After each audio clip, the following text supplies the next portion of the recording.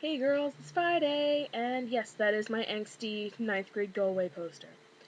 Muda, Brenda, Jessica, Susan, Scarlett, Buda papira papa, scrata da di da da da.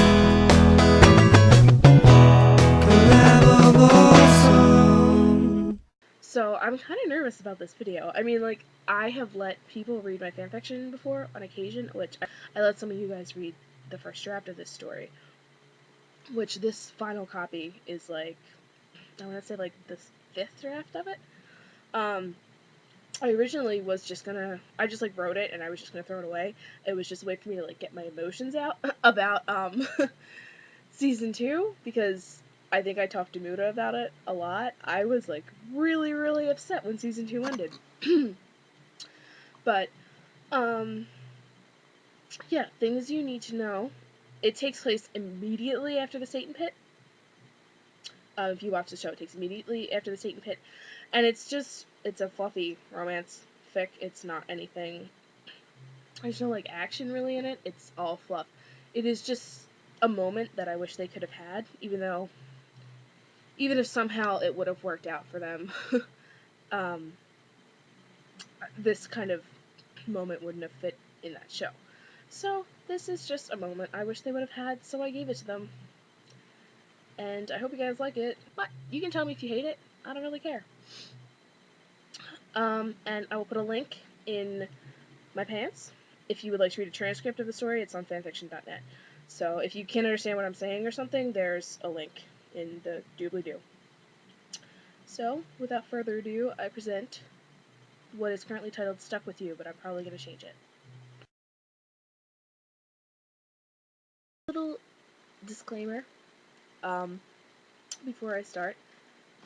If you see, like, cuts while I'm reading my story, it's not cutting anything out from my story.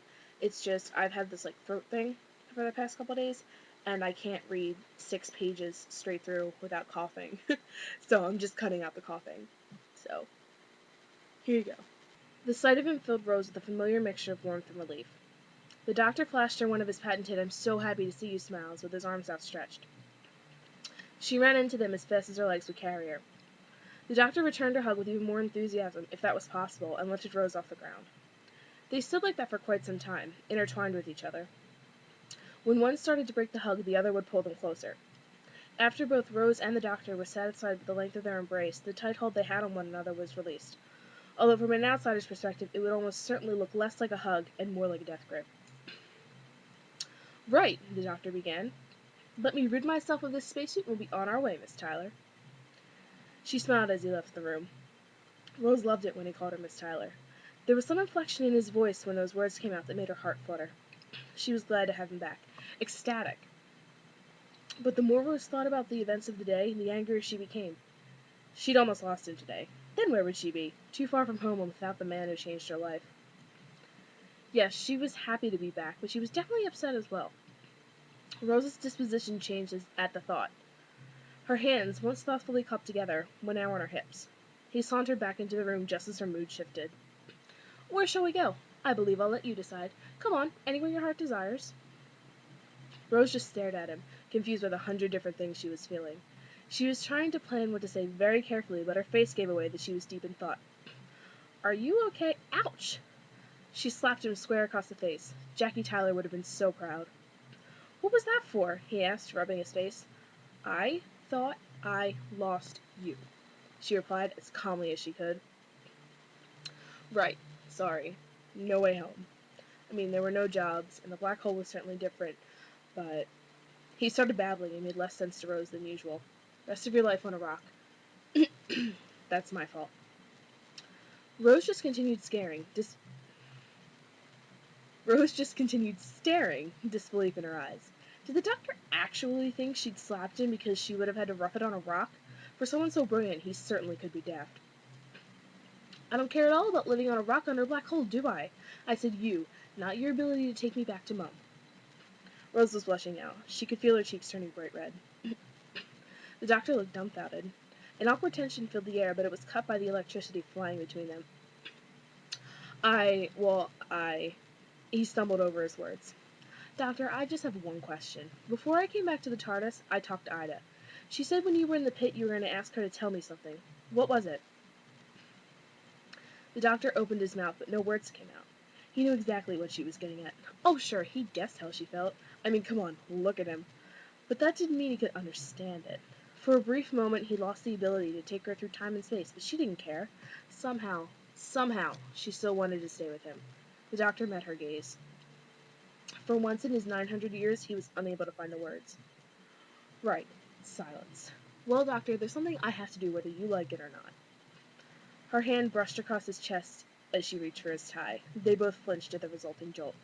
Rose, what are you? He was cut off as she pulled him down by his tie into a kiss. They let out a mutual gasp at the contact. With one hand on his tie and the other in his hair, they kissed for what felt like an eternity and yet no time at all. When she broke it for air, the doctor looked a little shocked but quite pleased. Rose, on the other hand, was slightly embarrassed, realizing what she had just done. I'm gonna, library. Yeah, she said lamely and scurried off. I'll just fix the TARDIS, he said to the empty control room. Oh no, what the hell did I do that for? She thought. Well, that really was a stupid question. It was quite obvious why she did it. The better question was, what did the doctor think of all this? Had he returned the kiss or not? She couldn't remember. Rose had been too lost in the moment to take notice of what the doctor was doing. What did he want Ida to tell her? She'd been searching her brain for the answer, but nothing came to her. All Rose had to go on was what she hoped. She hoped the doctor wanted Ida to tell her how much he loved her. Hoped the doctor would say he would fight his way to the ends of the universe and back before he would let her go. Hoped he loved her so much it hurt that they weren't together. Because that was everything she felt. The more she thought about it, the more her embarrassment faded. She may not have known for sure if the doctor would return the feelings, but Rose knew one thing was certain.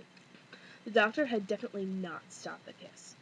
With some newfound confidence, she decided to march herself back to the console room and confront him. The doctor had not moved since telling the empty room he was going to work on the TARDIS. His mind was racing. Well, more than usual. Had that been from the stress of the day? Or did she really mean to do it? Why didn't he do more than stand there with his hands in his pockets? But she had to mean it, didn't she? And he certainly felt that way. So he hadn't given in to desire first. Ha! There's something. No, wait. His ego was getting in the way of productive thoughts. Why was it so hard for him to tell her?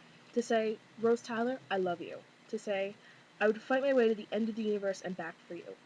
To say, I'm so in love with you, it is actually painful that we're not together. He should tell her. He was going to tell her. Consequences be damned. Forever started today. If anyone was worth the pang of loneliness and sadness when their time was up, it was Rose Tyler. Just as he decided to make his first declaration in the library, he heard footsteps. The doctor hoped they were heading for him, for the console room. We need to talk. She said it with a stern tone in her voice. Rose, No, wait. What that really meant was, first I'm going to talk, and you're going to listen. Then you can talk. He was almost at a loss for words. Almost. But you walk around here all the time with your flirting and your hand-holding, and even when we're not running, and your adorable glasses, and your we can go anywhere you want, which, as I was told by you, doesn't normally happen with companions, yeah? The doctor swallowed hard. He was unsure whether he should answer or not. To avoid another painful slap, the doctor did something he rarely ever did. He decided not to talk. So then we have that hug, that wonderful, amazing hug. You won't tell me what you were going to tell Ida to tell me, and I kissed you. I can't remember if you kissed back or what you were even doing in those minutes, but you didn't stop it. I need to know what's going on. I need to know, and I'm not leaving here until I do. Her breath caught at the last sentence, and she hoped he hadn't noticed. She instinctively crossed her arms, trying to look as serious as possible. My glasses? He smiled. You're not getting out of this. These glasses? He had a glint of mischief in his eye as he put them on. Doctor! She whined, almost pleading. Rose! He mocked her tone. Tell me what you were gonna... Being cut off was not something Rose Tyler was fond of. In fact, she hated it. But in that moment, Rose didn't care if she finished a sentence ever again. In one swift movement, he put a hand on the back of her neck and pulled her into a kiss. He broke it off almost immediately, but it lingered so much longer than expected.